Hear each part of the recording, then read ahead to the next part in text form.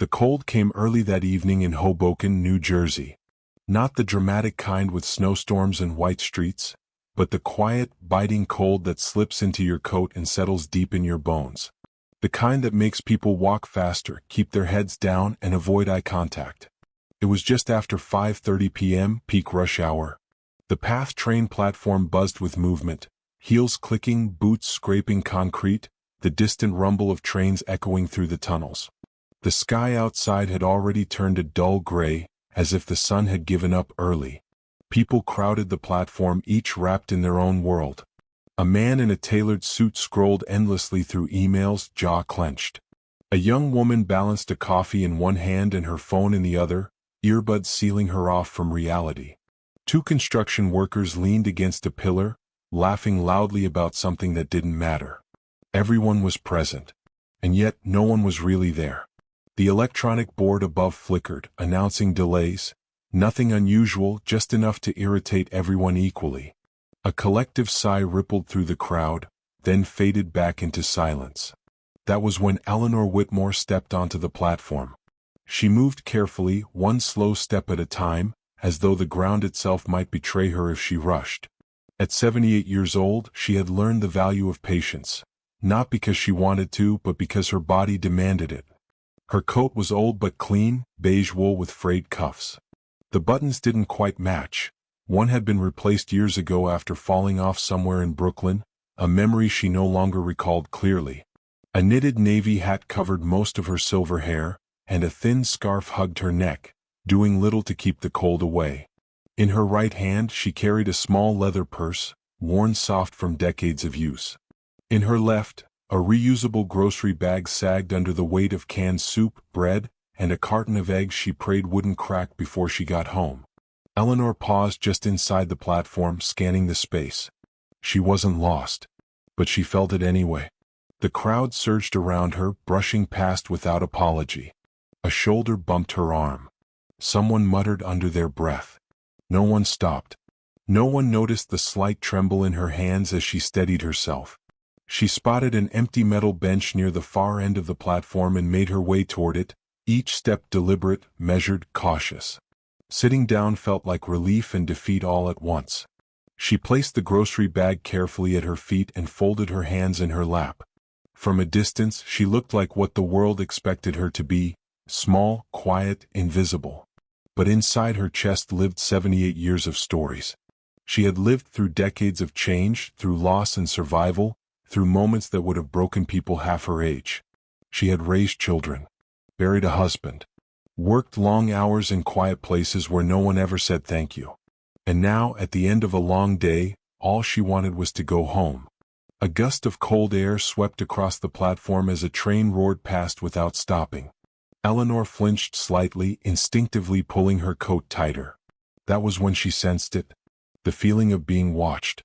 Not the gentle awareness that comes from a crowded place, but something sharper, something uncomfortable. She lifted her eyes just enough to see them. 3 young men stood several feet away, leaning casually against a concrete pillar. Early 20s, maybe younger. Hoodies pulled low, sneakers too clean for the weather. They looked relaxed, amused. One of them whispered something.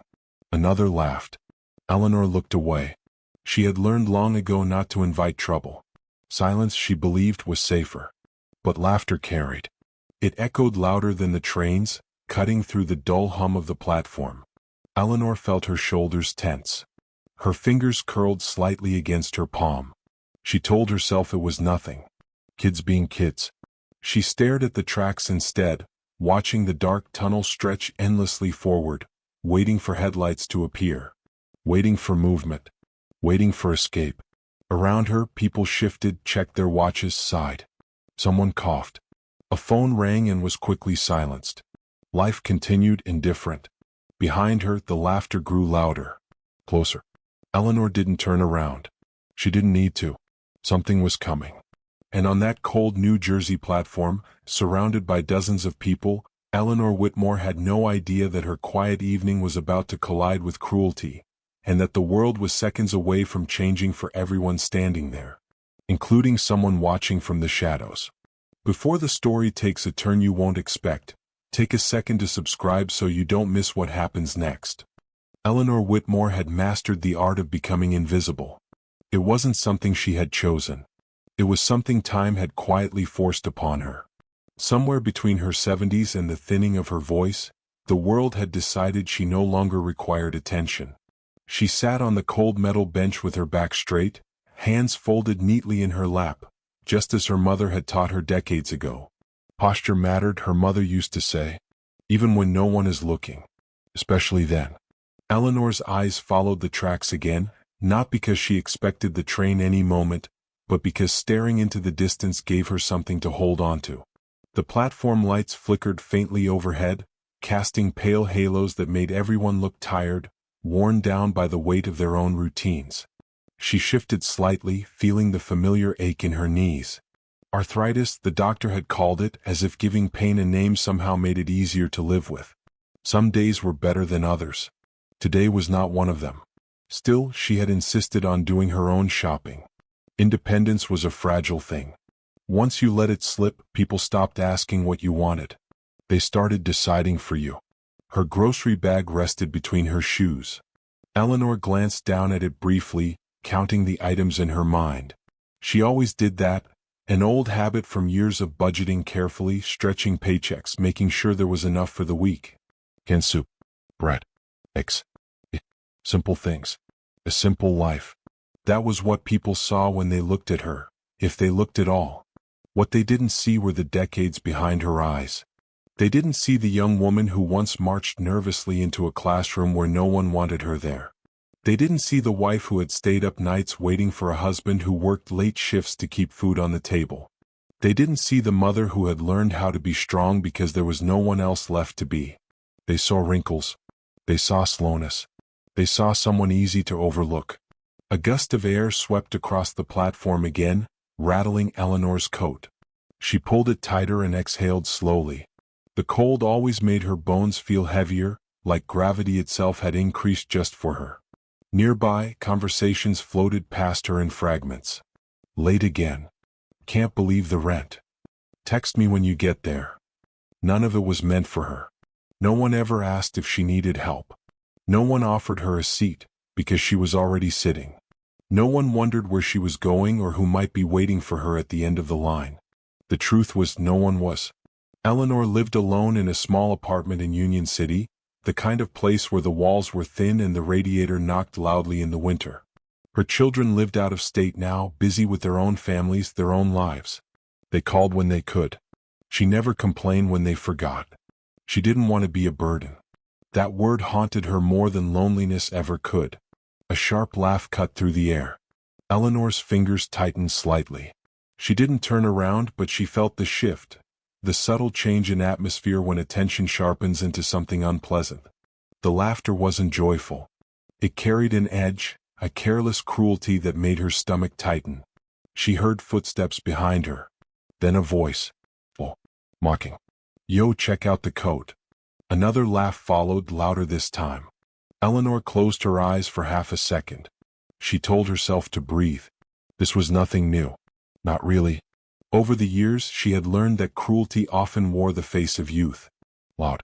Unchecked. Confident in the belief that consequences belonged to someone else. She kept her gaze fixed forward, pretending she hadn't heard. If she ignored them, they would get bored.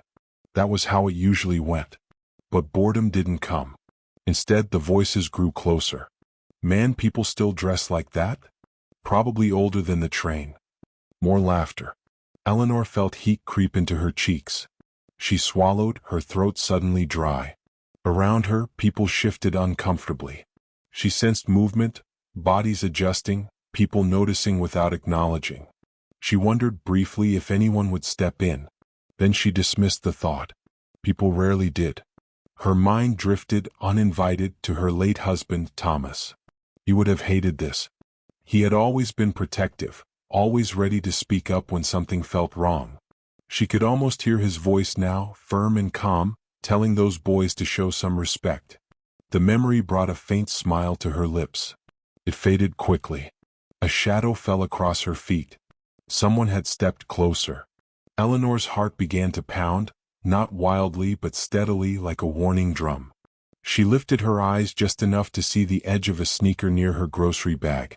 Too close.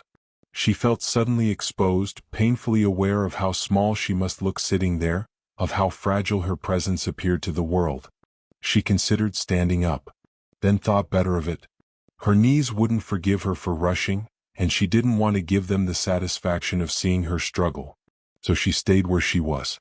So, silent, waiting. What Eleanor didn't know, what she couldn't see, was that somewhere on that same platform, a pair of eyes had settled on her. Someone who wasn't looking away. Someone who was paying attention. And as the laughter behind her sharpened into something darker, the distance between silence and action was growing dangerously thin. Trevor Kane had always enjoyed the sound of his own laughter. It made him feel untouchable, like the world was something to be entertained by, not taken seriously. At 22 he had mastered the art of not caring. Not about consequences. Not about strangers. Not about tomorrow. He leaned back against the concrete pillar, hood pulled low, hands tucked into the pocket of his sweatshirt as he surveyed the platform like it was his personal stage. "Man," he said, nudging the guy beside him with his elbow, "you see that?" Blake Morrison followed his gaze. He squinted, then smirked. "Oh wow. That coat's gotta be older than my dad." They both laughed.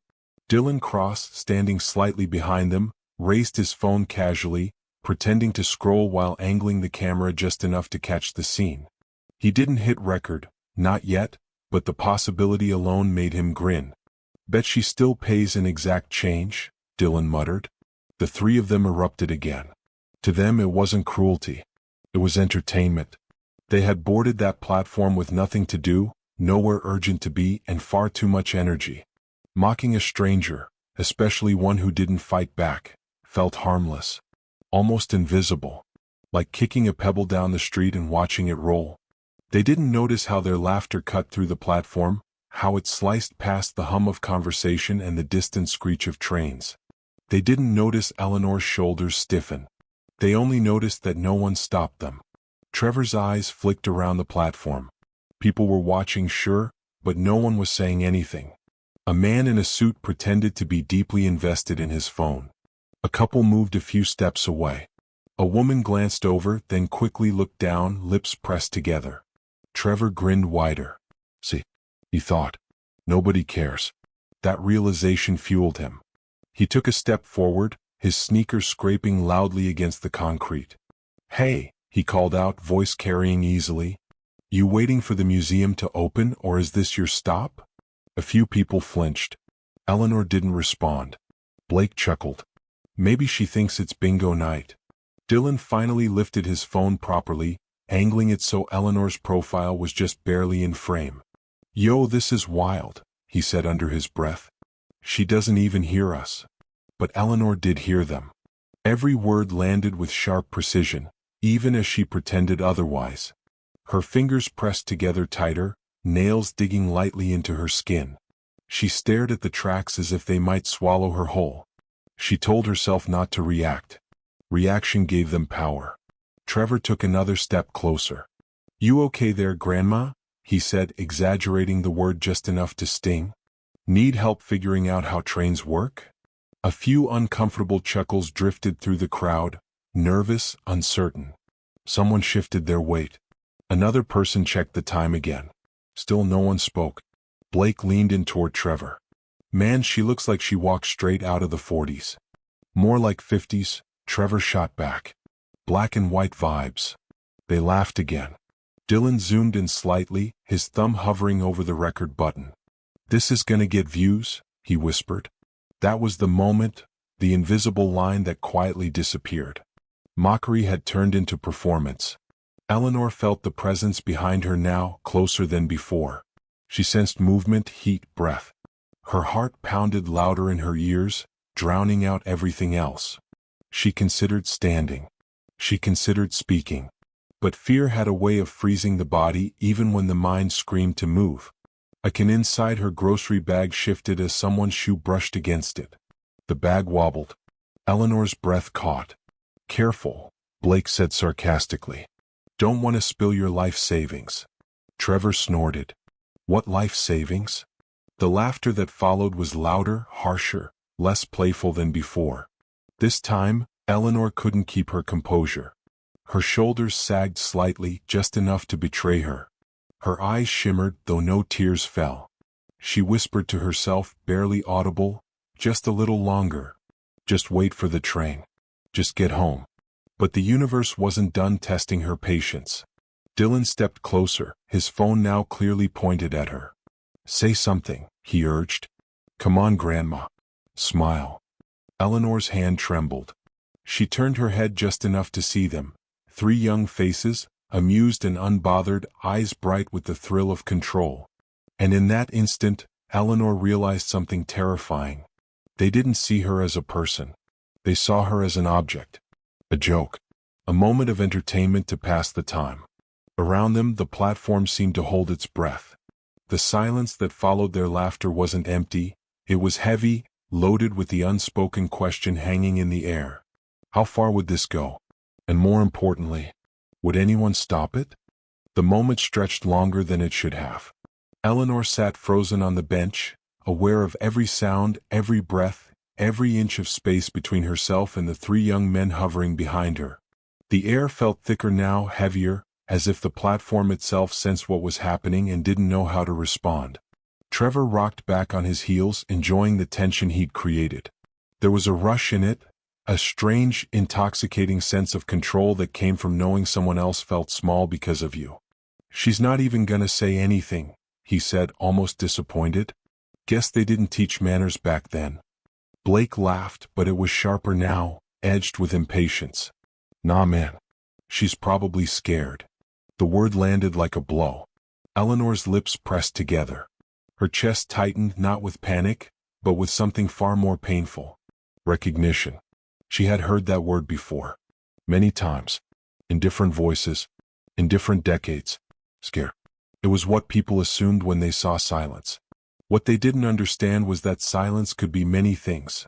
Restraint, dignity, exhaustion. Dylan shifted closer, his sneaker nudging the grocery bag again, harder this time. The bag tipped, teetered on its side. A metallic clink echoed as a can of soup rolled free and skidded across the concrete, spinning before coming to rest near the edge of the platform. The sound was loud. Too loud. Several heads turned. Eleanor gasped softly, instinctively leaning forward.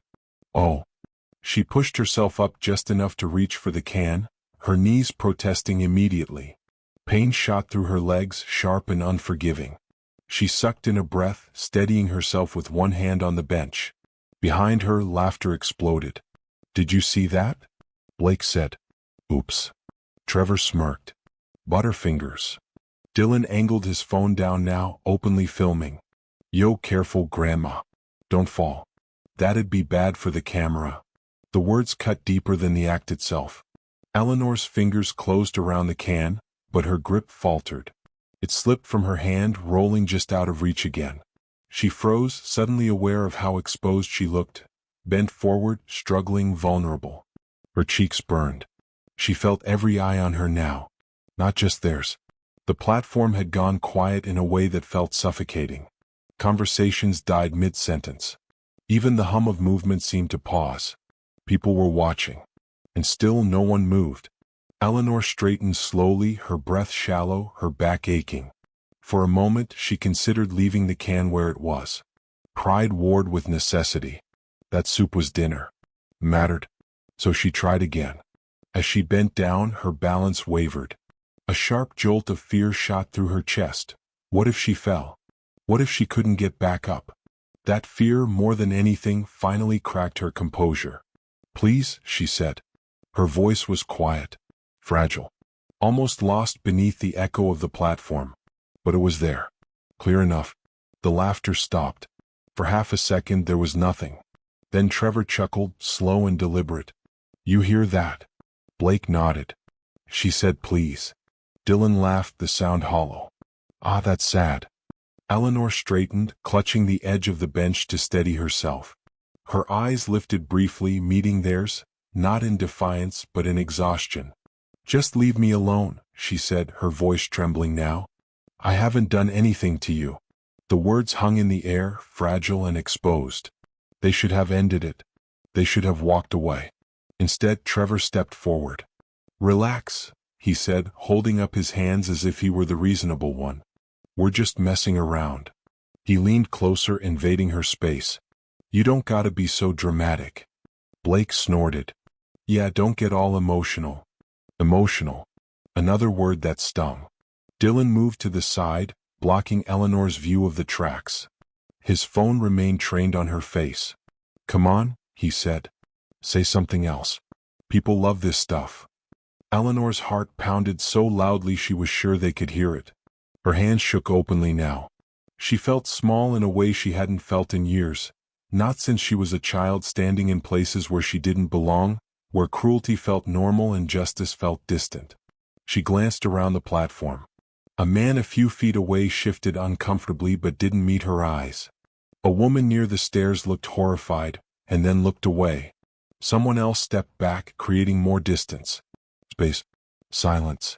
Safety, for everyone except her. The realization hit Eleanor harder than any insult. She was alone in a crowd. Trevor glanced around too, noticing the same thing. His confidence surged. "No one's saying anything," he muttered, more to himself than anyone else. "See? It's fine." He turned back to Eleanor, a smirk curling his lips. "Guess nobody cares." That was when something inside Eleanor finally broke. Not loudly, not dramatically, but in the quiet way that hurts the most. She bent down one last time, ignoring the pain, her fingers trembling as she reached for the can again. This time she managed to grab it. She held it tightly to her chest as if protecting it might somehow protect her too. A tear escaped despite her efforts, sliding down the deep lines of her face. Dylan caught it on camera. "Oh man," he said, amused. "You see that?" And just as Trevor opened his mouth to say something worse, a voice cut through the platform. Full, firm, unmistakably calm. "That's enough." The words weren't shouted. They didn't need to be. Every head turned, including Eleanor's. The two words hung in the air longer than the laughter ever had. That's enough. They weren't loud. They weren't angry. But they carried a weight that silenced the platform instantly, as if someone had flipped a switch and drained the noise from the world. Trevor froze mid-smirk. Blake's grin slipped from his face. Dylan's phone lowered an inch without him even realizing it. For a brief moment, no one moved. Eleanor's heart hammered in her chest as she turned toward the voice. Her breath caught, half expecting disappointment. Another commuter offering weak words before disappearing back into safety. But the man who stood behind them didn't look unsure. He stood tall, shoulders broad beneath a black jacket, feet planted firmly on the concrete like he had no intention of stepping away. A baseball cap shadowed most of his face, but his posture alone spoke volumes. He wasn't asking. He was telling. Trevor recovered first, scoffing as he turned around. "Mind your business, man." The words sounded braver than he felt. The man didn't respond right away. He took a single step forward instead, closing the distance just enough to make his presence undeniable. "Step back," the man said calmly. Something about his voice made Blake's stomach twist. It wasn't threatening.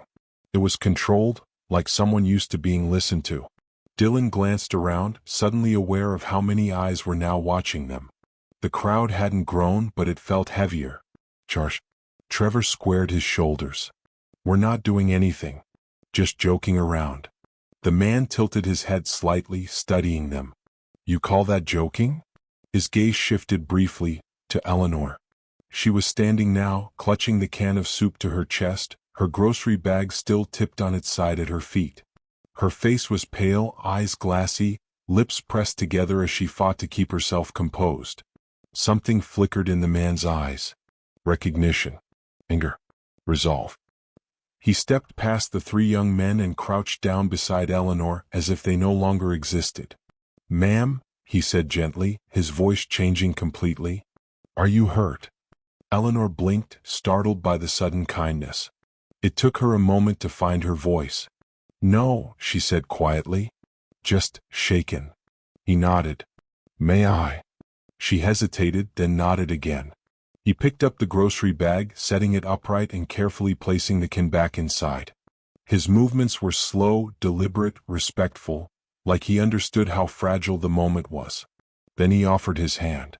Eleanor stared at it for a second, her fingers trembling. Taking help had never come easily to her. But something about him felt safe. She placed her hand in his. He helped her stand fully, positioning himself subtly between her and the others. Only then did he turn back around. Trevor felt it immediately.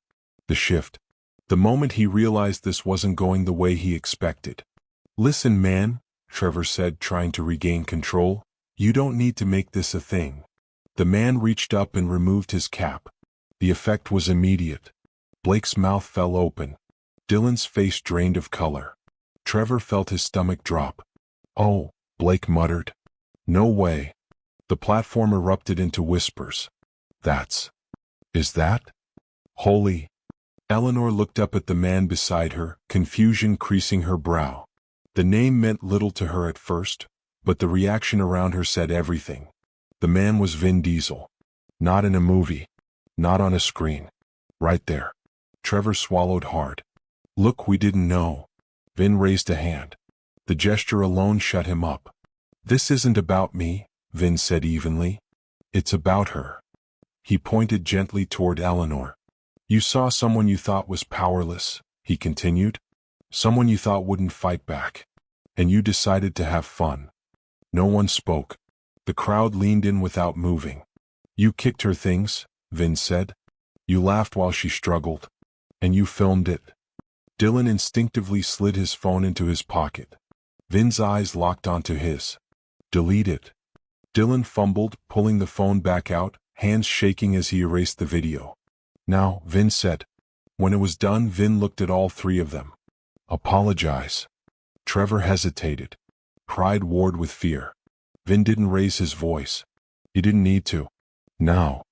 The word landed heavy. "I'm sorry," Trevor muttered, eyes on the ground. "Sorry?" Blake echoed. Dylan nodded quickly. "Yeah. Sorry." Vin didn't accept it right away.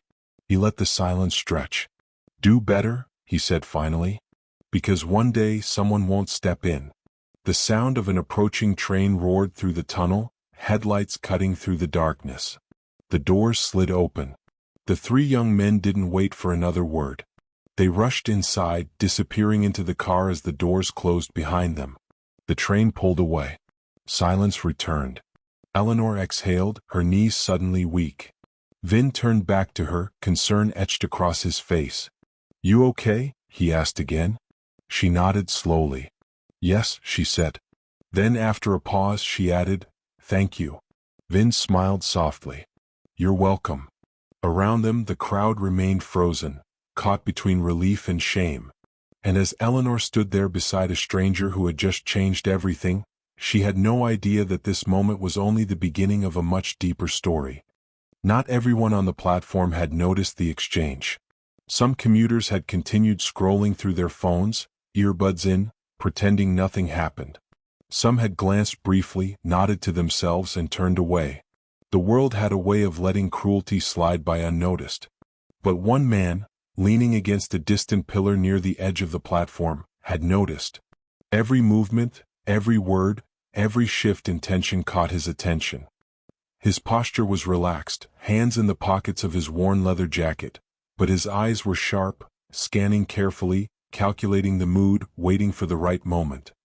He had been on the platform for nearly 20 minutes, hoping for a quiet ride home. A long day in Jersey City visiting a family friend had left him exhausted. He wanted nothing more than anonymity, a chance to sit and let the hum of the city pass over him like background noise. But he couldn't look away when he saw Eleanor. At first, he mistook her quiet composure for hesitation or frailty. She looked like so many people he had passed over the years, faces blurring together in a city too crowded to notice everyone. But something about the way she held herself, hands trembling slightly yet firmly clutching that grocery bag, made him pause. There was a dignity in her vulnerability, a story beneath the surface, and he felt it immediately. Then came the laughter. It started softly, almost like a ripple, then grew louder and sharper as three young men approached her. Their voices cut across the platform, mocking her coat, her bag, the very presence of her being. He noticed the glances of the surrounding crowd, People who looked, assessed, and then looked away, unwilling to intervene. And he felt the familiar sting of injustice. It wasn't the first time he had witnessed cruelty. Far from it. In his life he had seen people overlooked, ignored, underestimated. He knew the feeling, what it was like to be invisible, to be mocked for simply existing. And when he saw Eleanor's face, pale and tense, and her trembling hands attempting to save her belongings, something deep inside him stirred. He had a choice. Step away as most would. Pretend it wasn't happening. Protect his own quiet evening. Or act. For the first few moments he did nothing but watch. He assessed the situation. The three young men were laughing and confident. They had assumed dominance in the space without challenge. But he noticed small cracks, nervous flickers in their eyes when they thought no one was watching, micro moments of hesitation that suggested they weren't as untouchable as they appeared. He took a slow, deliberate step forward, the heels of his boots clicking softly against the platform concrete. Another step. And another. No one noticed. Or at least, no one expected him to do anything. He came to a stop just a few feet behind the group, enough to be close but not confrontational, yet. Then he spoke. 2 words. That's enough. The words carried across the platform, low and calm, yet layered with a command that drew every eye. For a moment nothing happened. Even the train hum in the distance seemed to fade. The young men froze mid-laugh. Eleanor's head jerked slightly, eyes wide. There was a pause so sudden, so complete, it felt like the world itself had held its breath. Trevor Kane, the self-proclaimed ringleader, turned first. His mouth opened, closed, and then he scoffed, trying to regain control. "Mind your business, man," he said, his voice louder than necessary. But the man didn't flinch. He didn't move aside. He didn't raise his voice. He simply stood there, his presence enough to unsettle the bullies, to make them question something they hadn't considered, that someone might care. Blake's grin faltered. Dylan's phone, previously a shield of confidence, lowered slowly to his side. They had expected another spectator to look away, maybe even laugh along. Instead, they were met with calm authority. Eleanor watched, mesmerized, not yet recognizing the man beside her as someone she would later know by name, someone whose presence alone would change the course of this small, frozen moment. The man's eyes flicked briefly to her, scanning her expression. There was no pity, no judgment. Only awareness. He knew this wasn't just about the grocery bag or the laughter. He recognized something deeper, the pattern of cruelty, the expectation that she would remain powerless. And he could not let that pass. From the shadows of the platform, he had become the tipping point. The invisible line between humiliation and protection. And for Eleanor, who had felt invisible all her life, the awareness of that one steady presence behind the young men was the first crack in the fear that had been closing in on her chest. Something was coming. Something that would change the way the entire platform, and every person who had turned away, would remember this day. The platform seemed smaller now, tighter, as if the air itself had shifted. Eleanor clutched her grocery bag a little tighter, her knuckles whitening with the effort. Every nerve in her body was alert, every muscle taut with tension. She had sensed the change, a presence, firm and unwavering, but fear still knotted her stomach. Trevor Kane, sensing the disturbance, didn't notice the unspoken shift in control. He leaned forward slightly, a smirk curling his lips. "Relax, it's just a joke," he said, though the edge in his tone betrayed a hint of unease. "Don't get all worked up, Grandma." Blake and Dylan chuckled, but their laughter was now forced, lacking the easy cruelty of before. There was a hesitation in the way they looked around, quick glances toward the crowd and the man who had spoken, toward him who had stopped them before they could go any further. Eleanor's eyes flicked from the young men to the man behind them, trying to make sense of the sudden authority in his presence. Something about him felt different from the others, a weight in his stance that radiated calm and power simultaneously. She had lived long enough to recognize that strength doesn't always shout. Sometimes it simply exists, quietly waiting for the right moment.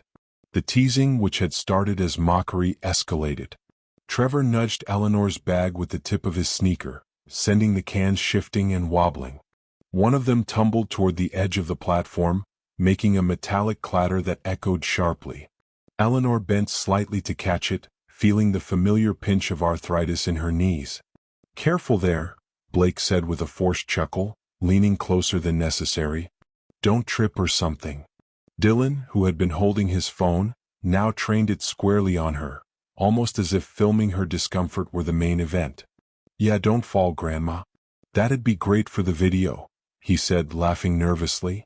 The laughter felt different now. It carried an edge, a sharpness that no longer seemed playful. Eleanor felt it like a physical weight pressing down on her shoulders. Every instinct screamed at her to leave, to escape, to hide from the eyes that seemed to find delight in her discomfort. She swallowed hard, her throat dry. Her voice, when it came, was barely audible. "Please, just leave me alone." The words, soft and trembling, should have ended it. They didn't.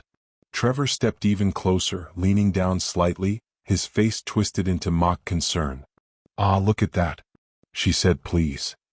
He laughed, and Blake joined him, their amusement feeding off each other. Dylan's phone remained pointed at Eleanor, his thumb hovering over the record button, ready to immortalize her humiliation. Something inside Eleanor broke, not in anger but in the quiet despair of being completely exposed in front of strangers. She bent over once more, reaching for the can that had fallen, her knees quivering under the weight of pain and humiliation. She gritted her teeth, focusing on the task, trying to block out the laughter. Then it happened. A foot nudged the bag again, this time more forcefully. A can tipped over and rolled dangerously close to the edge of the platform, where the gap between the train and the concrete seemed far larger than it really was. Eleanor froze, hand outstretched, staring at the metallic cylinder, knowing that if it fell further it could be gone forever, or worse, someone could trip on it. The platform seemed to go silent for a heartbeat. And in that heartbeat everything changed. The man who had been watching, silent, patient, steady, moved forward. Not aggressively, not violently, but with purpose. Each step measured, deliberate. The sound of his boots against the concrete was quiet but insistent. He stopped just behind the young men, close enough that his presence was undeniable. He spoke, low and calm, yet piercing through the tension like a knife through fog. "That's enough." The words struck the three young men like an unexpected gust of wind. Trevor froze, Blake's smirk faltered, and Dylan instinctively lowered his phone. Eleanor blinked, startled. Her fingers still hovered over the can. The sound of her own heartbeat seemed loud enough to echo in her ears. The young men, realizing that the power dynamic had shifted, looked around nervously. The smirk, the forced laughter, the confidence, all evaporated. For the first time they felt exposed. Vulnerable. Trevor opened his mouth to speak, to reclaim the moment, but the calm authority of the man behind him made his words stumble and die. Blake and Dylan glanced at each other, uncertainty flickering in their eyes. Eleanor straightened slightly, gripping her bag with both hands. Her chest still ached from fear and embarrassment, but now there was a glimmer of something else, hope. The man behind the young men wasn't going to let this go. And the train, rumbling closer in the distance, seemed to mark the moment as a turning point. Something had shifted. The line had been crossed. And no one, not Trevor, not Blake, not Dylan, could ignore it any longer. Eleanor's gaze flicked upward, meeting the shadowed face of the man behind them. There was a weight in his eyes, a seriousness that made her wonder who he was, and why he had chosen this exact moment to intervene. Something told her that this was just the beginning. The platform felt suspended in time. Eleanor stood frozen, the grocery bag clutched to her chest, the fallen can inches from the edge of the platform. Her heart pounded so loudly she was sure everyone could hear it. The cold no longer mattered. Neither did the ache in her knees. All that existed was the space between her and the three young men, and the presence behind them that refused to retreat. Trevor was the first to move. He turned slowly, irritation flashing across his face before uncertainty crept in. "What did you say?" he snapped, trying to reclaim control with volume alone. The man didn't respond immediately. He stepped forward instead. One step, then another. Each movement was unhurried, deliberate, as though he had all the time in the world. The distance between him and the bullies closed in seconds, but the impact of those seconds felt immense. like a door quietly slamming shut. "Step back," the man said. His voice wasn't loud, but it carried. It cut cleanly through the tension, leaving no room for argument. Blake's laughter died in his throat. Dylan swallowed hard, his phone slipping slightly in his grip. The crowd shifted again, people leaning subtly away, creating a wider circle, sensing something was about to happen. Trevor scoffed, though it sounded forced even to his own ears. "Man, you don't know what you're talking about. We're just messing around." The man tilted his head, studying Trevor with calm intensity. "You kicked her things," he said. "You laughed while she struggled. And you filmed it." Dylan flinched. "That's not messing around." Eleanor felt her breath catch.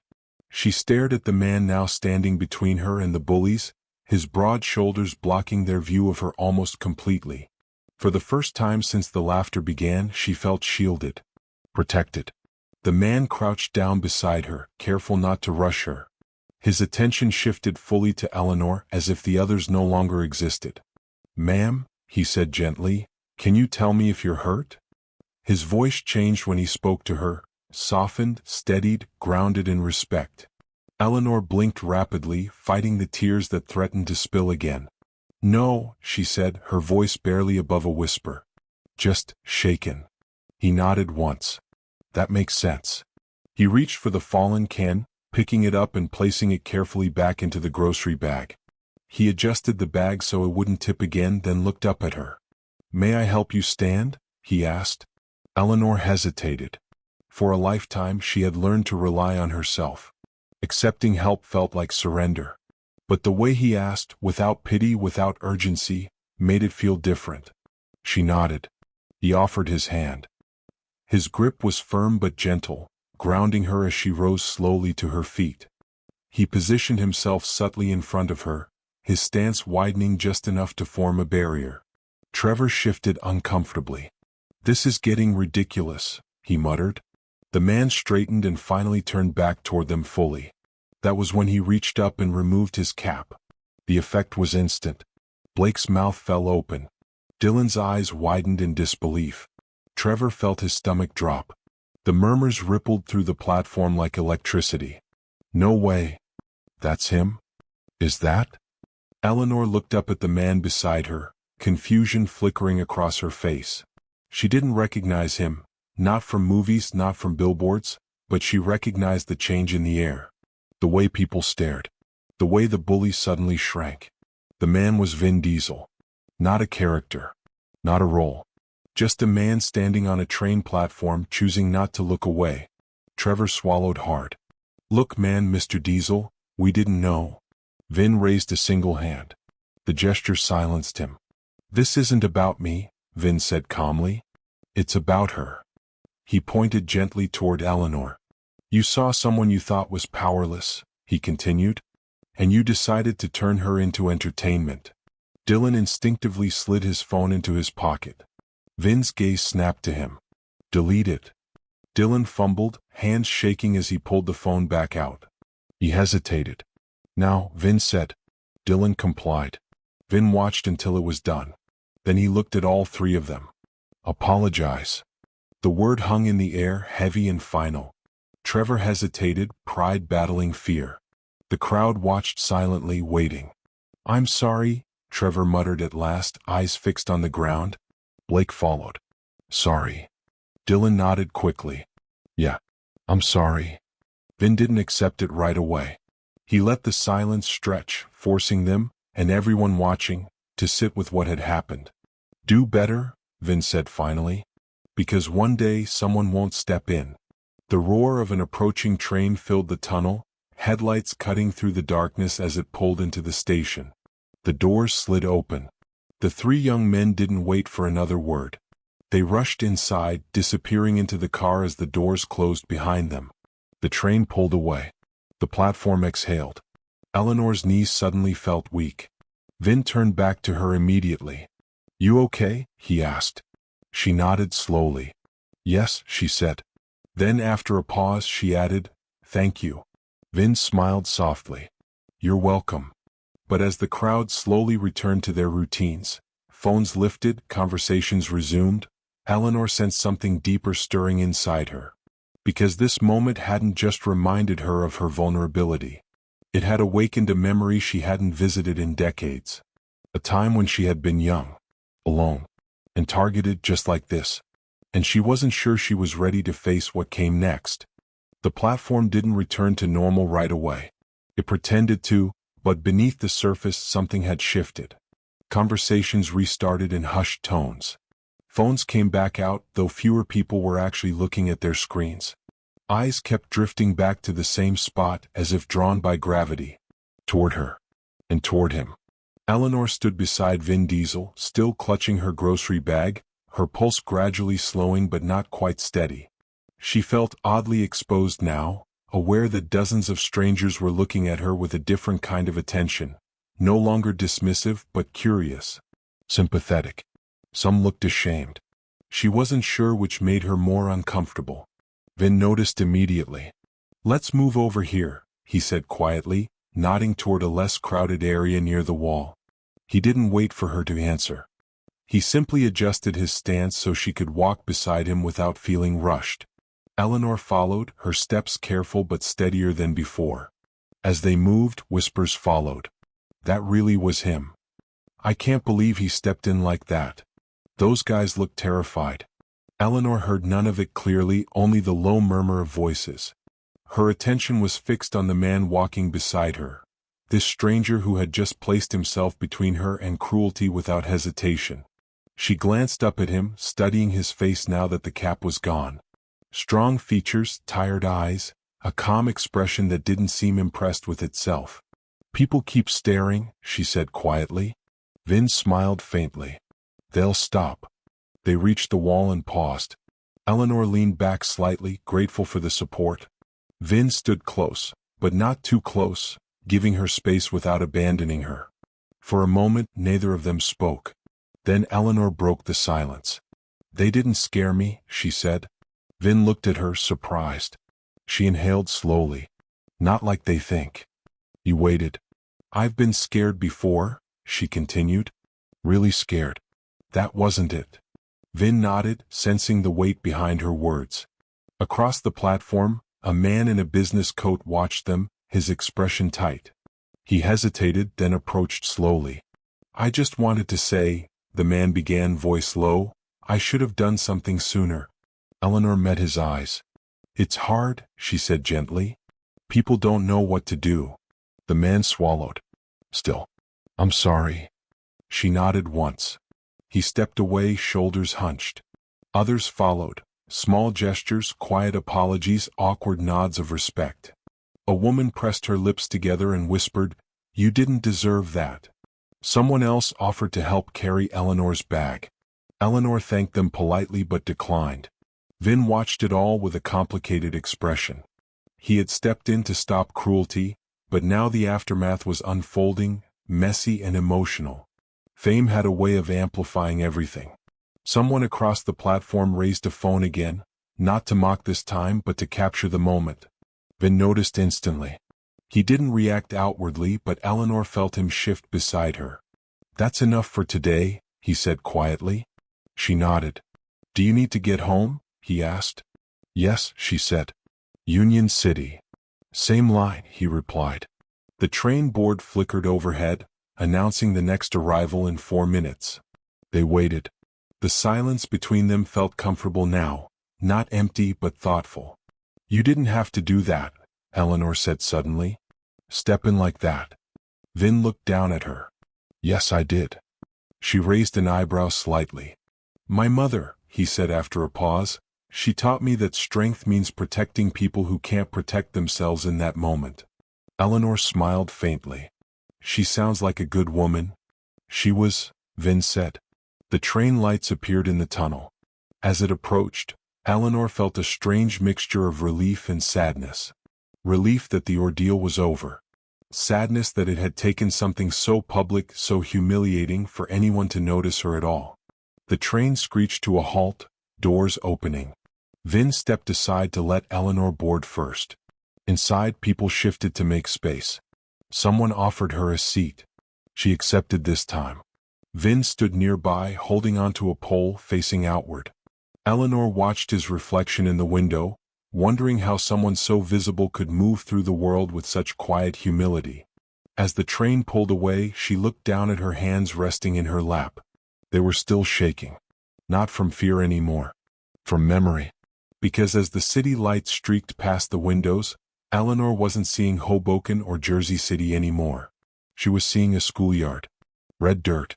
White faces turned cold. And a little girl standing alone, clutching her books, surrounded by laughter that sounded hauntingly familiar. Her breath caught. Vin noticed. "You okay?" he asked softly. Eleanor nodded, but her eyes told a different story. "No," she said quietly. "Not really." And with that admission the past, long buried, began to rise. The train rattled forward, pulling Eleanor away from the platform and into a rhythm that should have felt familiar. She had ridden this line countless times. She knew the stops by heart, the sway of the cars, the way the lights flickered just before entering a tunnel. But tonight nothing felt ordinary.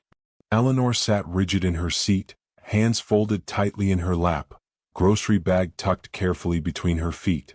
The can of soup inside pressed lightly against the fabric, a quiet reminder of how quickly a normal evening had unraveled. Across from her, a young couple whispered to each other, glancing in her direction before quickly looking away. A man near the door stared openly at Vin, his expression caught somewhere between awe and disbelief. Someone farther down the car raised a phone, then lowered it again, uncertain. Vin stood a few feet away, one hand gripping the overhead rail, the other resting loosely at his side. He faced outward, his body angled slightly toward Eleanor, a subtle but unmistakable message. She wasn't alone. Not anymore. Eleanor noticed. She always noticed things like that. "You don't have to stay," she said quietly, breaking the silence. "You've already done enough." Vin shook his head. "I'm not going anywhere."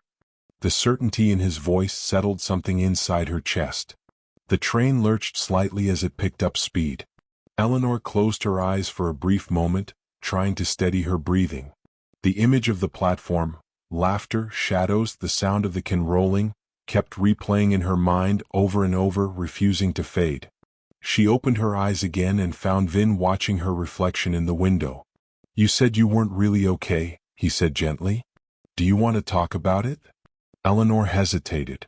For decades, she had learned to pack her pain neatly away, to label it past and lock it behind a door she rarely opened. But something about this moment, about the way he had stepped in without hesitation, made it harder to pretend. "I didn't think it would still affect me," she said finally. "At my age." Vin listened without interrupting. "When they laughed," Eleanor continued, her voice low, "it sounded exactly the same. The tone. The way they enjoyed it." She swallowed. "It took me right back." She glanced at the floor, embarrassed by the tremor in her hands.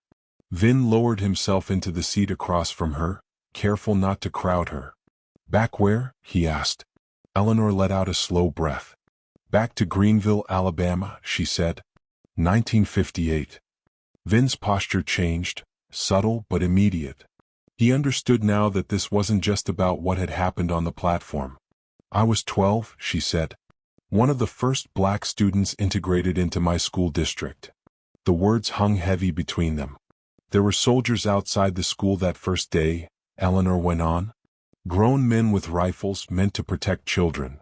She shook her head slightly. "Imagine that." Vin stayed silent, giving her the space she needed. "They called me names," she said. "Spat at my shoes. Laughed when I tripped. Teachers looked the other way. Some days I ate lunch in the bathroom because it was quieter there." Her voice wavered for the first time. "I thought I had left all that behind," she said. "I really did." The train screeched to a stop, doors opening briefly before closing again. The interruption felt jarring, but Eleanor pushed on. "When those boys laughed tonight," she said, "I wasn't 78 anymore. I was 12. And alone." Vin exhaled slowly, a tightness forming in his chest he hadn't expected. "My mother went through something similar," he said quietly. Eleanor looked up. "She raised me mostly on her own," Vin continued. "People underestimated her all the time. Talked over her. dismissed her, treated her like she didn't matter. He paused. She taught me that silence can be dangerous. Eleanor studied his face, seeing not the movie star the world recognized, but a son remembering his mother. That's why you stepped in, she said. Vin nodded. I've seen what happens when no one does. They sat in silence for a moment, the hum of the train filling the space between them. Around them, the world continued, people scrolling, whispering, pretending nothing extraordinary had happened. But something had. Eleanor felt it. You know, she said softly, most people think protecting someone looks dramatic, loud, violent. She glanced up at him. But what you did, you just stood there. Vin smiled faintly. Sometimes that's all it takes. The train announcement crackled overhead. Next stop, Journal Square. Eleanor's shoulders tensed slightly. That's mine, she said. Vin stood as the train slowed. When the doors opened, he stepped aside, offering her his arm, not to pull her, not to rush her, but simply to be there. She took it. As they stepped onto the platform, Eleanor felt a strange sense of finality, like the end of one chapter and the beginning of another. Thank you, she said again, quieter this time. For seeing me. Vin met her eyes. You were always worth seeing. They walked together toward the exit. But just as Eleanor reached the turnstiles, a voice called out behind them. Excuse me, ma'am? Eleanor turned. A young woman stood there, phone in hand, eyes earnest. I recorded what happened earlier, she said hesitantly. Not to hurt you. To show people. Vin stiffened. Eleanor felt her stomach drop. The night wasn't over yet. The words lingered in the air longer than Eleanor expected. I recorded what happened earlier. For a brief moment, the sounds of Journal Square Station seemed to fade. The echo of footsteps, the distant roar of departing trains, the electronic chime of turnstiles.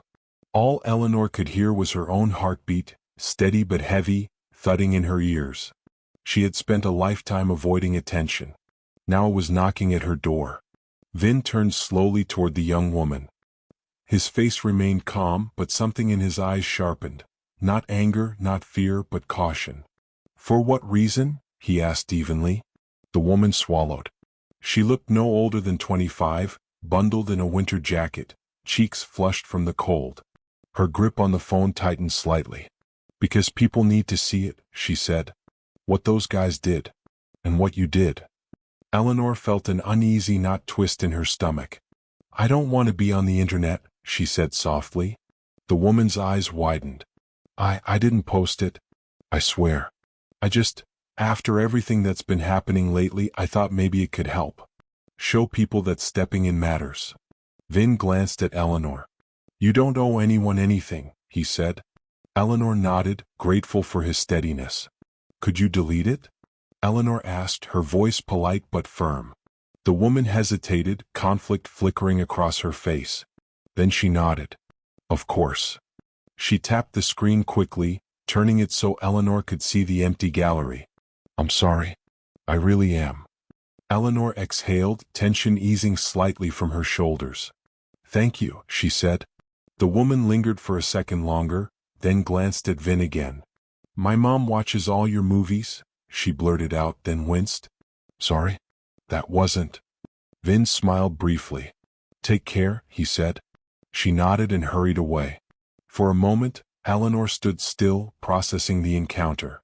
It's strange, she said quietly. How fast things travel now. Vin nodded.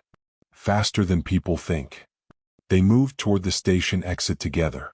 The fluorescent lights overhead hummed softly, casting long shadows across the tiled floor. I worry sometimes, Eleanor continued, that moments like these become entertainment. That pain turns into something people scroll past. That's a fair worry, Vin said. But stories also change people. When they're told right. They reached the stairs leading up to street level. Eleanor paused at the bottom, one hand resting on the railing. You know, she said, for most of my life no one wanted to hear my story. Vin waited.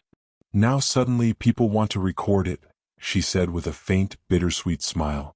Funny how that works. He smiled back. The difference is choice. Tonight you get to choose. Eleanor nodded. They climbed the stairs slowly. Cold air rushed in as the doors opened, the city lights of Jersey City stretching out before them. Cars passed, tires hissing against damp pavement. A street musician played softly on a saxophone nearby, the melody carrying something mournful and hopeful at the same time. Eleanor stopped just outside the station entrance.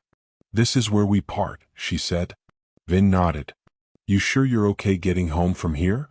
"I've been getting home on my own a long time," she said gently. "But thank you." She hesitated, then reached into her purse. Her fingers brushed against something small and metallic. She pulled it out, a worn silver pendant on a thin chain. It wasn't flashy. Just a simple oval scratched with age. "My husband gave this to me," she said.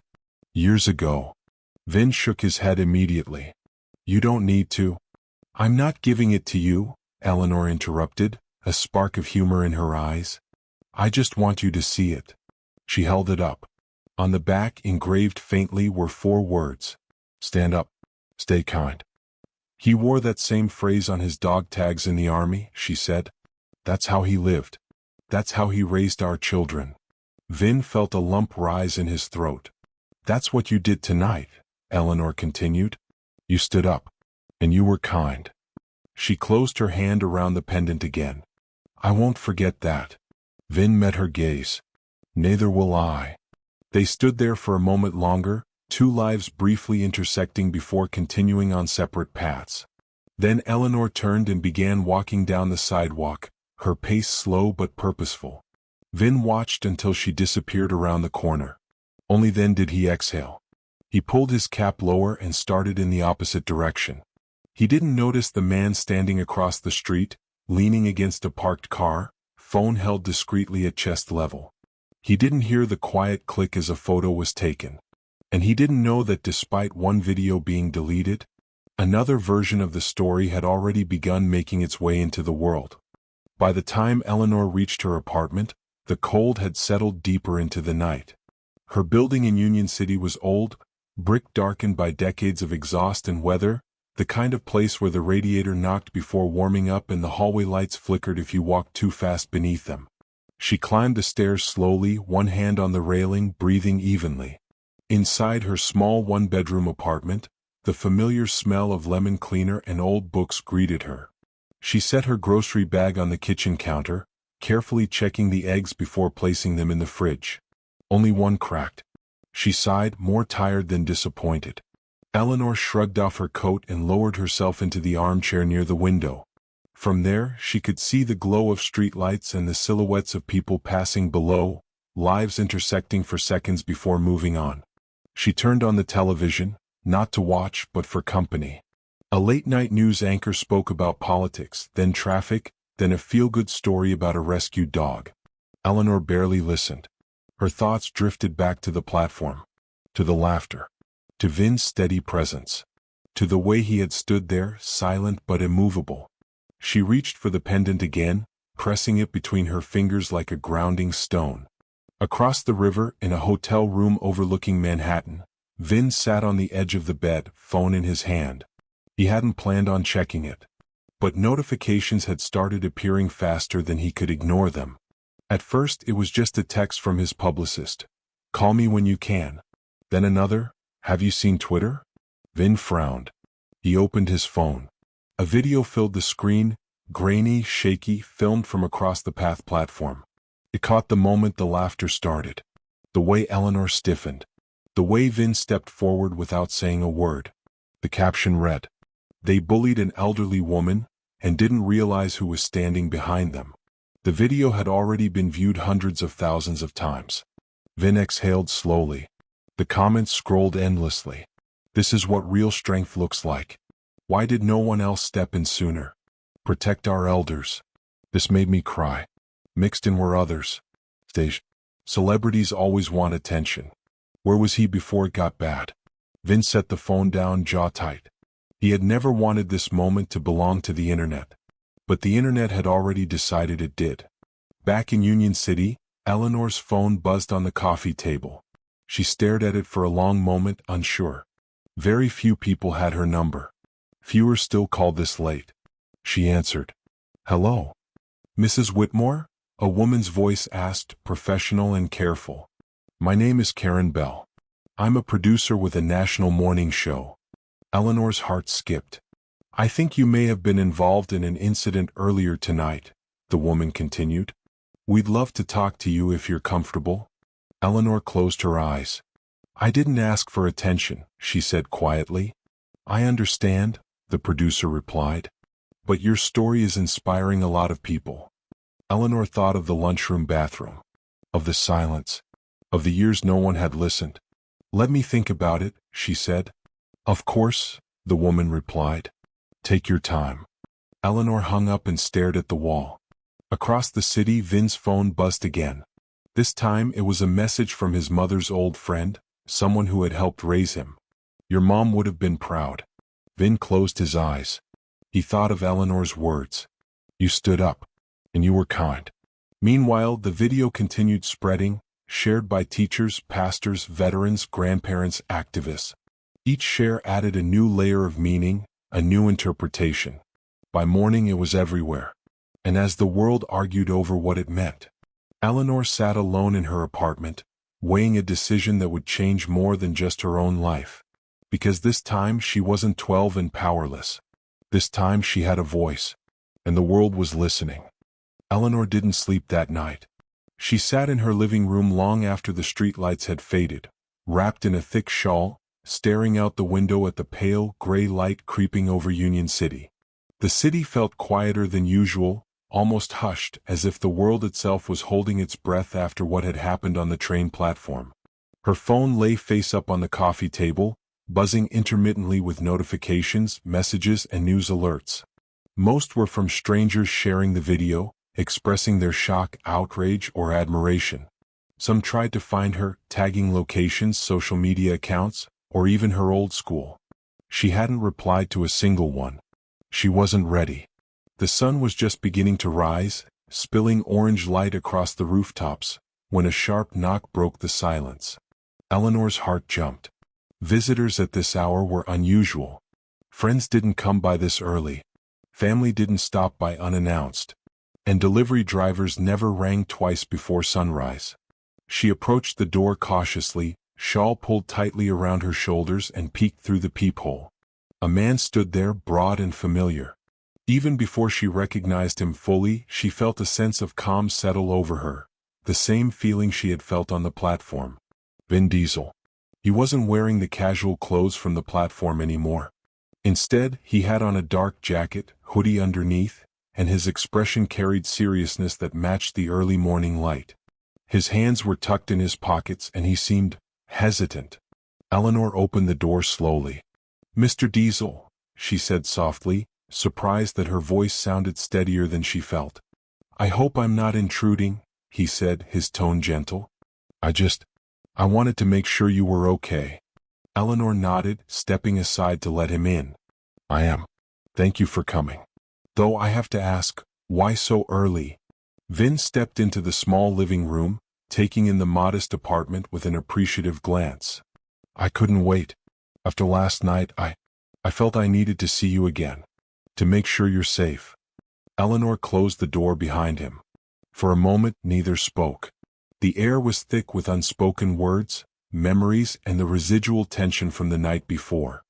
I know you didn't ask for attention, Vin said carefully. And I know this whole thing with the video, it's complicated. But people are noticing. And I think they could learn something from you. Eleanor frowned slightly. I'm not sure I want the world to learn from me. I just want to live quietly. Vin nodded, understanding. I get that. I do. But sometimes what's quiet becomes powerful anyway. People see courage and it inspires them even when you don't intend it to. Eleanor sank into her chair, placing her pendant gently on the table. The silver oval gleamed in the morning light, the engraving "Stand Up. Stay Kind," catching her eye. Vin looked down at it, then back at her. It suits you, he said simply. More than you know. She smiled faintly. It belonged to my husband. He always believed in doing the right thing even when no one else would. Vin's eyes softened. That's why you stood on the platform last night? You've carried that lesson all your life.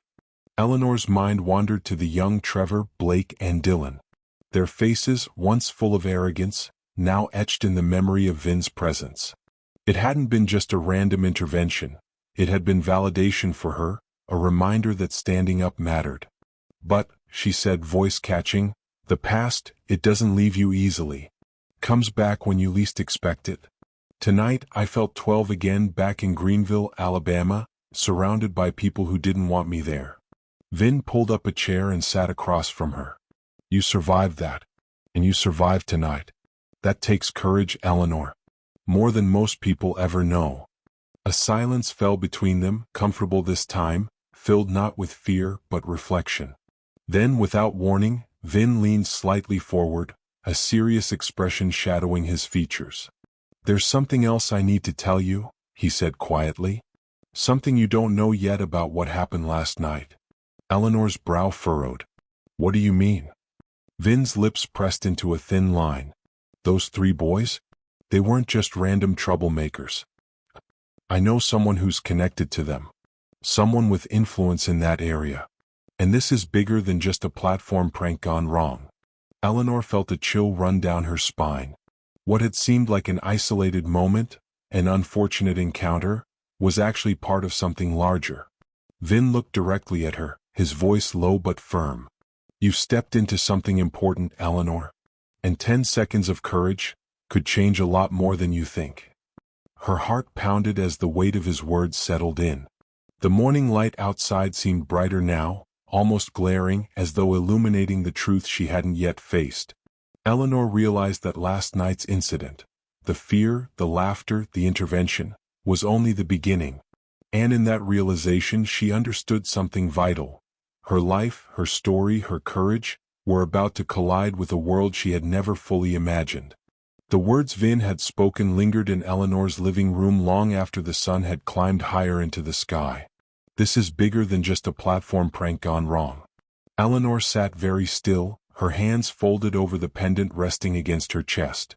For decades, she had learned to recognize danger, not the loud, obvious kind, but the quiet kind that crept in wearing the disguise of normalcy. The kind that smiled before it struck. What do you mean, connected? She asked finally, her voice calm but edged with caution.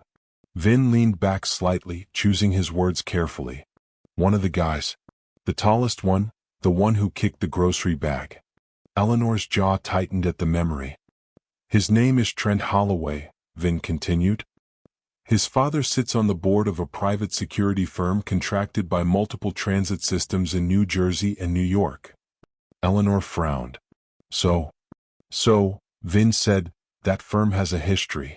Complaints swept under the rug. Harassment reports quietly dismissed.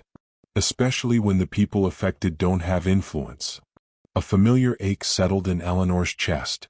Like elderly women, she murmured. Vin nodded. And minorities, he added quietly. Silence filled the room again, heavier this time. Eleanor rose slowly and walked to the window. Outside, the city was fully awake now, buses roaring, people rushing, coffee cups in hand. Life moving forward as if nothing had happened. That boy laughed the same way others laughed at me when I was young, she said. Back then their parents protected them too. Vin stood and joined her by the window. That's why this matters, he said. People think cruelty is random. It's not. It's learned. And it's protected. Eleanor closed her eyes briefly. For 78 years, she said, I have been told to endure quietly. To be grateful for survival instead of demanding dignity. She turned to him. I'm tired of that. Vin studied her with renewed respect. So am I. Her phone buzzed again on the coffee table. Eleanor didn't move immediately, but Vin glanced at it. It might be important, he said gently. She walked back and picked it up. A voicemail notification. Unknown number. Eleanor hesitated, then pressed play. Mrs. Whitmore, a man's voice said, smooth and controlled. This is Daniel Holloway. I believe our sons crossed paths last night. I'd like to speak with you privately, to clear up some misunderstandings. Eleanor's fingers tightened around the phone. Vin's expression hardened instantly. That's him, he said. The father. Eleanor felt something shift inside her. Not fear, but recognition. "I know that voice," she said slowly. Vin looked at her. "From where?" "From years ago," she replied. "From a school board meeting in Alabama." Different face. Same tone. Her eyes met Vin's. "He was there when they voted to remove protection for students like me." The room seemed to tilt. "That's not a coincidence," Vin said quietly. "No," Eleanor agreed. "It never is." She replayed the voicemail again, listening closely, not to the words but to what lay beneath them. The practiced calm. The assumption of compliance. The certainty that power would smooth things over. "What does he want?" Vin asked. "To silence me," Eleanor said without hesitation. She set the phone down. "For the first time," she continued, "I don't intend to be quiet." Vin exhaled slowly. "If you do this, it won't stay small. Media. Lawyers. Pressure." Eleanor smiled faintly. "I've lived under pressure my whole life. This time I won't bend." A knock echoed suddenly at the door. Both of them froze. Vin moved instinctively toward the door, positioning himself slightly in front of Eleanor. "Mrs. Whitmore?" A woman's voice called from the hallway. "Union City Police. Just routine follow-up." Eleanor exchanged a glance with Vin, then nodded. She opened the door. Two officers stood there, one older, one younger. Their posture was professional, neutral. "We're just checking in," the older officer said. "We received a report about an incident at the PATH station last night." Eleanor straightened. "Yes, I was there." The officer nodded. "We also received a call this morning requesting that the matter be resolved informally." Vin's jaw tightened. "Informally?" Eleanor repeated. "Yes, ma'am," the officer said. The caller expressed concern about reputational harm and suggested mediation. Eleanor's eyes sharpened. "Did the caller mention my safety?" she asked. The officer hesitated. "No, ma'am." "Did he ask if I was injured?" she continued. "No." "Did he ask what happened to me?" she pressed. Another pause. "No." Eleanor nodded slowly. "Then there will be no informal resolution," she said firmly. "I would like to file a full report." The officers exchanged glances. "Of course," the older one said. "We'll take your statement." As they stepped inside, Vin caught Eleanor's eye. This wasn't just about last night anymore. It was about every moment people had been told to endure quietly. As Eleanor began to speak, steady, clear, unflinching, Vin realized something powerful. The bullies hadn't picked the wrong elderly woman. They had picked the one who remembered everything. And the lesson they were about to learn would echo far beyond a train platform. The officers finished taking Eleanor's statement just after noon. Sunlight streamed through the narrow living room window, illuminating dust motes that drifted lazily in the air. Eleanor sat upright in her chair, hands folded neatly in her lap, her voice steady as she recounted the events. Every laugh, every step, every second she felt cornered. She did not exaggerate. She did not minimize. She told the truth. Vin stood nearby, silent, his presence firm but unobtrusive. He watched the officers carefully, the way they took notes, the way their expressions shifted when Eleanor mentioned the names she recognized, the board meetings, the patterns. By the time she finished, the room felt heavier. "Thank you, Mrs. Whitmore," the older officer said, closing his notebook. "This will be forwarded for formal review." "And the young men?" Eleanor asked. "We'll be following up," the officer replied. "Given the public nature of the incident, it's being taken seriously." Eleanor nodded, though experience had taught her that seriously did not always mean justly. After the officers left, silence filled the apartment once more. Vin exhaled slowly. "You did good." Eleanor gave a small, tired smile. "I did what I should have done a long time ago." She rose and walked toward the kitchen, setting water to boil. The simple act grounded her. Tea, she had learned, was one of life's small anchors. Vin watched her for a moment, then spoke. "There's something else," he said. Eleanor turned. "More surprises?" "Possibly," he replied. "The video keeps spreading. But not in the way people expected." She raised an eyebrow. "It's not just about me stepping in anymore," he continued. People are talking about you. Eleanor scoffed lightly. I doubt they know anything real. They're trying to, Vin said. Old photos. Newspaper archives. Civil rights groups are reaching out. The kettle began to whistle. Eleanor poured the water into 2 mugs and handed one to Vin. I've lived long enough to know attention fades, she said. I won't build my hope on it. Vin nodded. Fair. She sat again, cradling the warm mug between her hands. Tell me about the boys, she said quietly. Not just their names. Their lives. Vin hesitated. You're sure? I want to understand, Eleanor said. Not excuse. Understand. Vin leaned back thinking. Trent Holloway, he began. Private school most of his life. Entitlement wrapped in protection. The kind of kid who's never faced consequences. Eleanor nodded slowly. The others, Caleb Moore and Ryan Fletcher. Different backgrounds, Vin continued. Less money. More anger. Following the loudest voice in the room. Followers, Eleanor murmured. I've seen them before. Vin met her eyes. That doesn't make what they did any less wrong. No, Eleanor agreed. But it explains why they laughed. A knock sounded at the door again, lighter this time. Eleanor and Vin exchanged a glance. She opened it. A woman stood in the hallway, early 40s, neatly dressed but visibly nervous. Mrs. Whitmore? She asked. My name is Angela Holloway. Eleanor's stomach tightened. I'm Trent's mother, the woman said quickly. Please. I just want to talk. Vin stepped forward slightly, but Eleanor raised a hand. Come in, Eleanor said calmly. Angela stepped inside, wringing her hands. I'm so sorry, she said immediately. What my son did was inexcusable.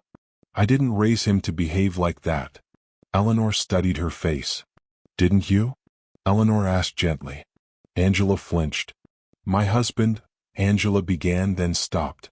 Daniel can be controlling. He believes problems disappear if you manage them quietly. Eleanor felt a familiar anger rise, but she kept her voice even. Silence is a luxury, Eleanor said. Some people can't afford it. Angela nodded, tears forming. I know.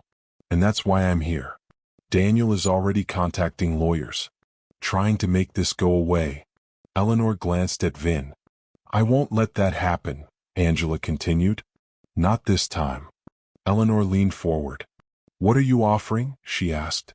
Angela swallowed. The truth. The word hung in the air like a match waiting to be struck. My husband has intervened before, Angela said quietly. Covered things up. Paid settlements. Pressured people. Vin's eyes darkened. I have emails, Angela added. Records. Eleanor's heart pounded, not from fear but from the gravity of what was unfolding. This isn't about revenge, Eleanor said. It's about accountability. Angela nodded. Then we want the same thing. As Angela reached into her bag, Eleanor realized something profound. For the first time in her life, the system wasn't just cracking. It was being forced to look back. And this time it couldn't pretend not to see. Angela Holloway's hands trembled as she placed her tablet on Eleanor's coffee table.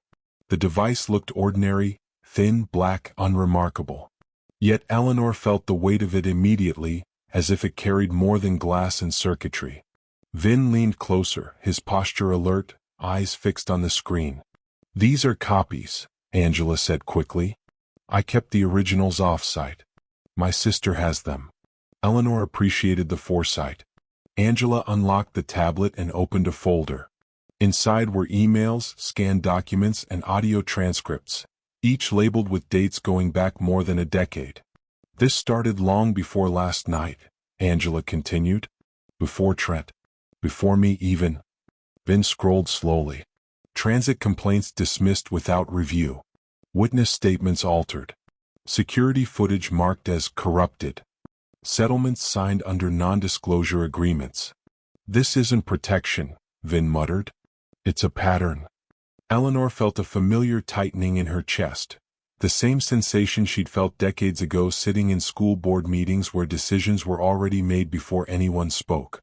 Daniel always said it was about maintaining order, Angela said, her voice breaking. That chaos had to be controlled. And people were the cost, Eleanor replied. Angela nodded, tears spilling now. I stayed quiet. I told myself it wasn't my place. Eleanor placed a hand over hers. It's not easy to speak up, she said. Especially when silence has been trained into you. Vin looked up. Have you shared this with anyone else? Angela shook her head. No. I was scared.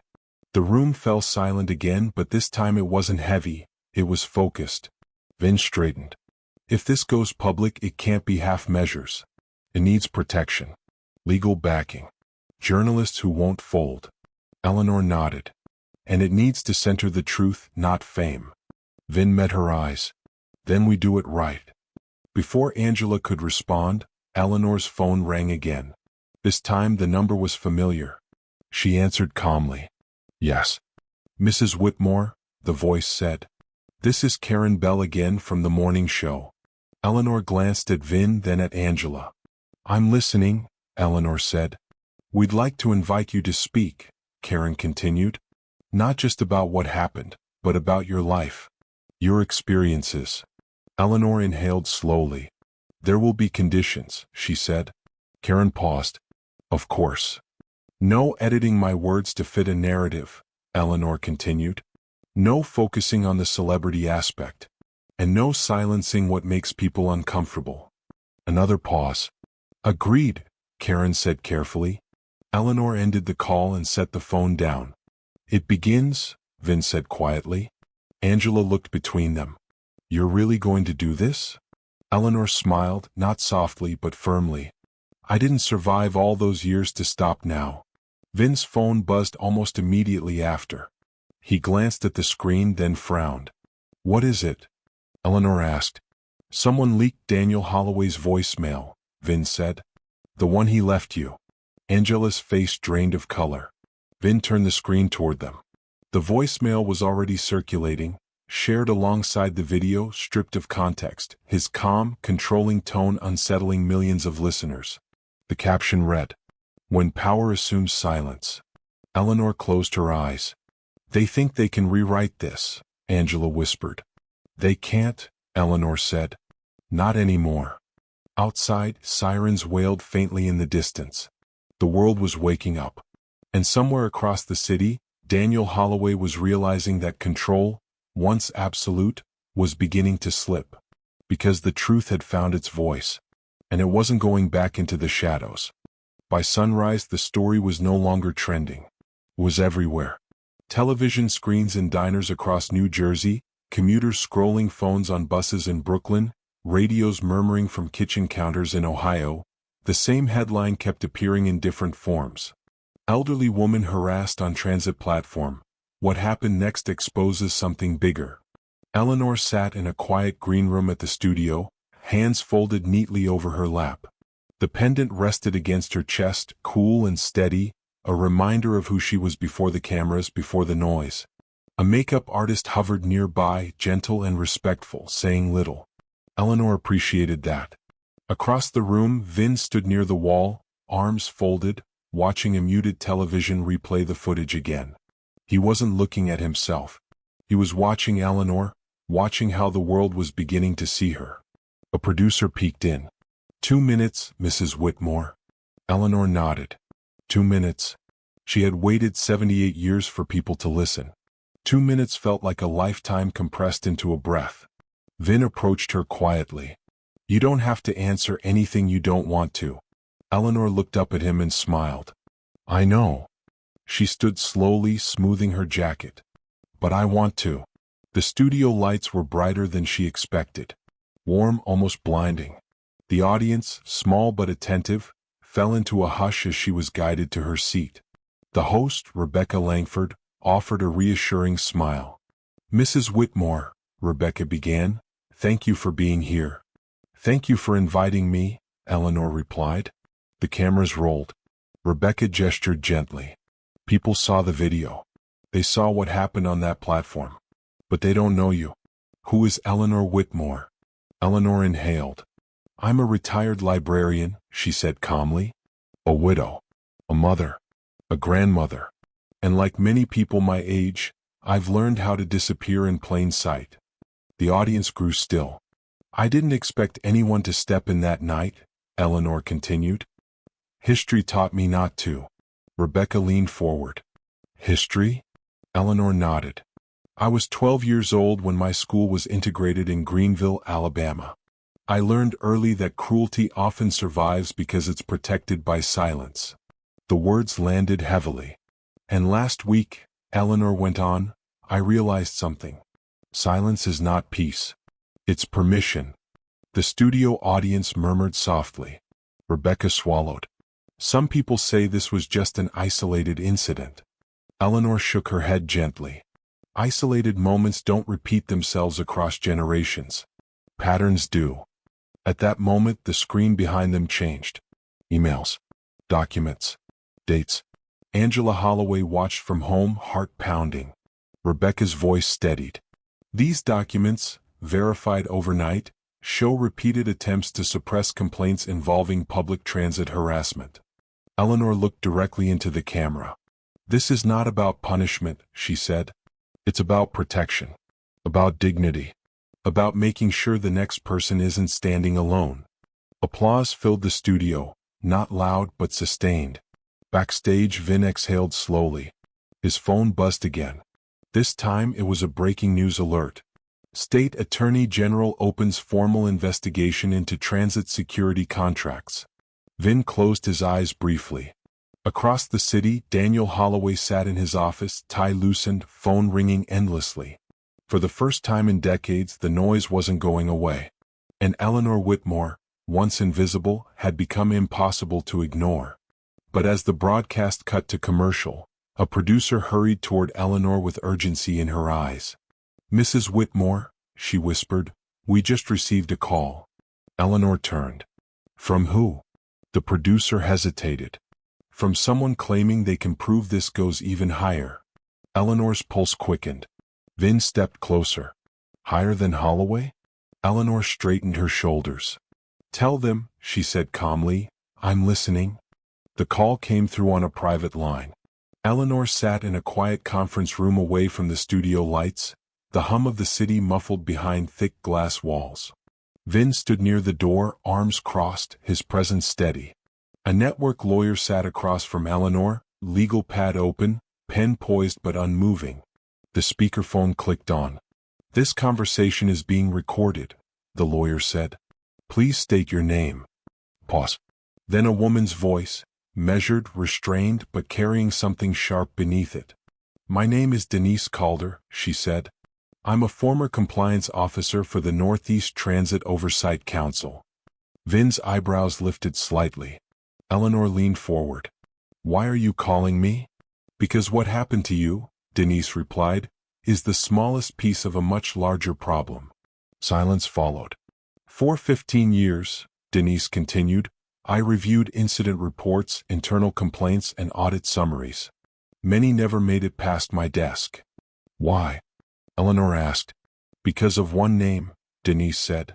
Eleanor's breath slowed. Whose? Arthur Keene. The name landed like a dropped glass. The lawyer's pen froze. Vin stiffened. The former Deputy Secretary of Transportation? Yes, Denise said. And current consultant. Eleanor closed her eyes briefly. I've heard that name, she said softly. In Alabama. Denise exhaled. He was on the advisory board that recommended removing federal monitors from several integrated school districts in the late 1950s. Eleanor's chest tightened. This is generational, Denise said. The same people. The same protections. Just different uniforms. Vin's jaw clenched. I tried to push back, Denise continued. I documented everything. When I raised concerns, I was sidelined. Eventually forced out. Do you have proof? The lawyer asked. I do, Denise replied. And I've been waiting for the right moment to release it. Eleanor felt the weight of decades settle into clarity. Why now? She asked. Because you survived, Denise said. And because someone finally stood beside you where others didn't. Vin glanced at Eleanor. The evidence ties transit security contracts, complaint dismissals, and political donations to Keene's office, Denise added. Holloway was just a gatekeeper. The room felt suddenly smaller. If this comes out, Vin said slowly, it shakes more than a department. Yes, Denise agreed. It shakes a system. Eleanor straightened in her chair. Then it needs to come out carefully, she said. Truth without care becomes another weapon.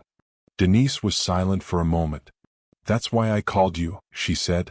Not a politician. Not a celebrity. Someone who understands the cost. The lawyer leaned back, absorbing the implications. We'll need time, he said. Verification. Protection. You'll have it, Denise replied. I've waited years. I can wait a little longer. The call ended. Eleanor sat quietly, hands folded. Vin broke the silence. You okay? Eleanor nodded slowly. I am. She looked at the pendant again. Stand up. Stay kind. Arthur Keene signed a letter that changed my life when I was 12, she said. I didn't know his name then, but I felt his decisions. Vin felt a chill. This ends with accountability, Eleanor continued. Not revenge. Not spectacle. Vin nodded. We'll make sure of it. Outside the room, a producer knocked lightly. We're ready for you. Eleanor stood. As she walked back toward the lights, she understood something with perfect clarity. The bullies on the platform were never the story. They were the echo. And now the source of that echo had finally been named. The hearing room in Trenton, New Jersey, felt colder than Eleanor expected. Not because of the air conditioning, but because of the silence. It was the kind of silence that settled when people understood they were about to witness something that couldn't be undone. Wooden benches lined the chamber, polished by decades of public testimony. Camera lights glowed softly along the walls. Reporters leaned forward, pens hovering, afraid to miss a single word. Eleanor Whitmore sat at the long witness table, back straight, hands folded calmly in front of her. She was not trembling. Behind her, seated a respectful distance away, was Vin Diesel. He had deliberately chosen not to sit beside her. This moment was hers, not his, not the media's, not the internet's. Across the room sat Daniel Holloway, rigid in his tailored suit, jaw clenched so tightly it looked painful. His attorney whispered something to him, but Holloway didn't respond.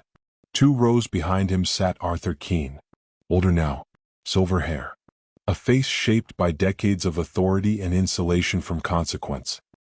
He carried himself with the quiet confidence of a man who believed history would protect him.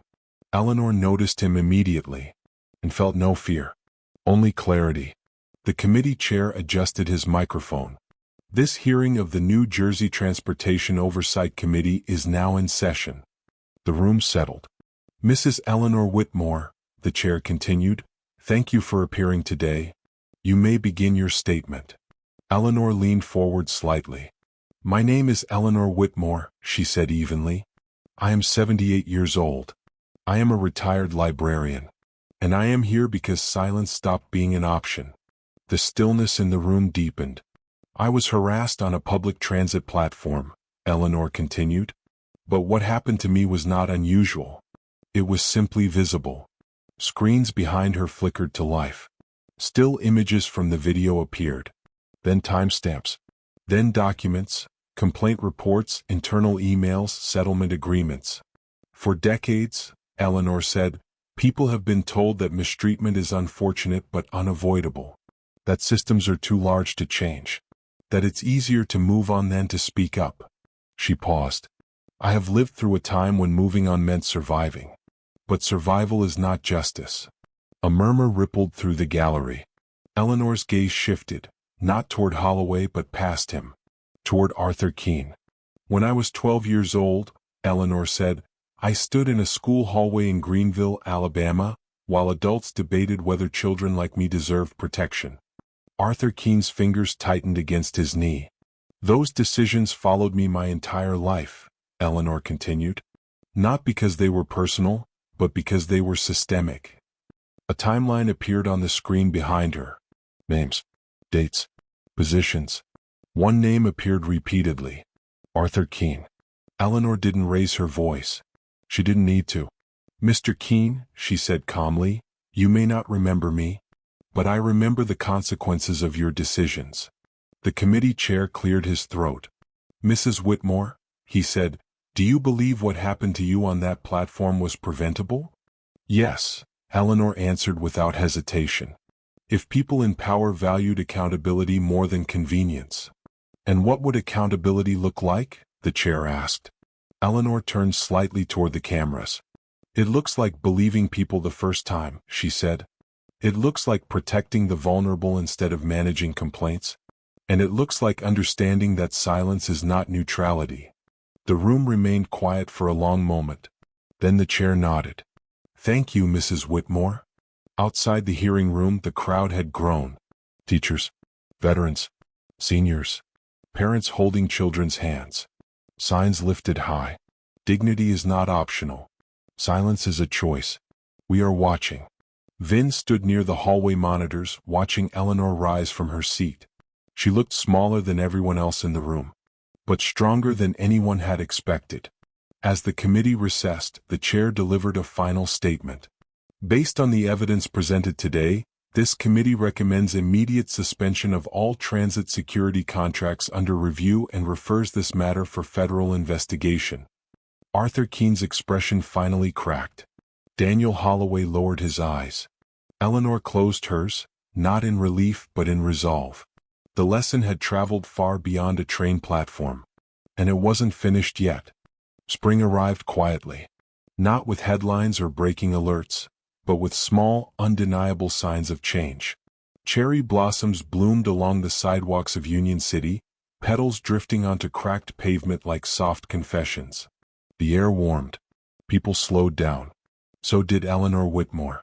She stood at the edge of a community center courtyard one afternoon, watching children chase each other across the grass.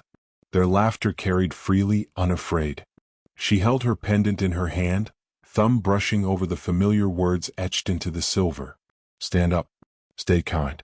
Inside the building behind her, a weekly workshop had just ended. Seniors, students, transit workers, and parents sat together in folding chairs talking, not about fear but about action. About what it meant to intervene. About how to recognize moments when silence becomes harm. They called it the 10 Seconds Project. Eleanor hadn't named it after herself. She had named it after the moment everything changed. Across the courtyard, Vin watched from a bench, coffee cup resting between his palms. He hadn't come as an actor or a public figure today. Just a man keeping a promise, to show up even when the cameras were gone. Eleanor joined him, lowering herself carefully onto the bench. They stayed longer today, she said with a small smile. More people asked questions. Vin nodded. They're listening. She looked out at the street where a city bus pulled to a stop. The driver stepped out to help an elderly man board, patient and attentive. No one rushed him. No one complained. Eleanor noticed.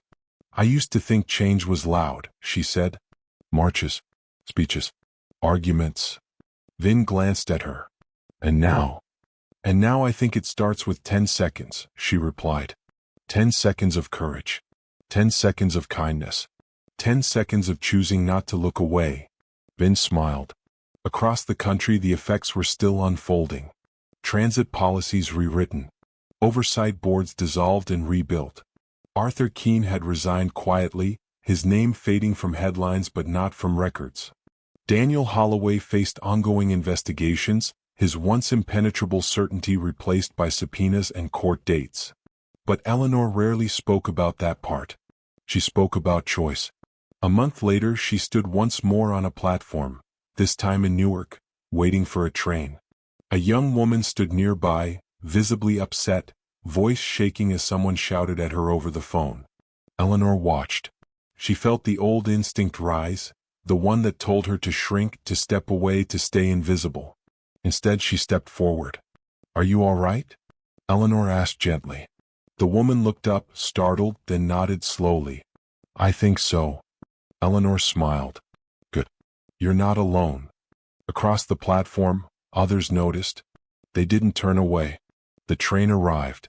Later that evening, Eleanor returned home and placed her pendant carefully in its box. Beside it lay a folded piece of paper, a handwritten note she had received earlier that day. Because of you, I spoke up for the first time. Because of you, I didn't stay silent. Eleanor sat back in her chair, eyes closing briefly. She thought of a 12-year-old girl standing in a school hallway in Alabama. She thought of a winter platform in Hoboken. She thought of a man who had stepped forward when it mattered. 10 seconds. That was all it took to change a life. Sometimes a world. And if there was one lesson Eleanor Whitmore hoped people carried with them, it was this. You don't have to be powerful to protect someone. You just have to be present.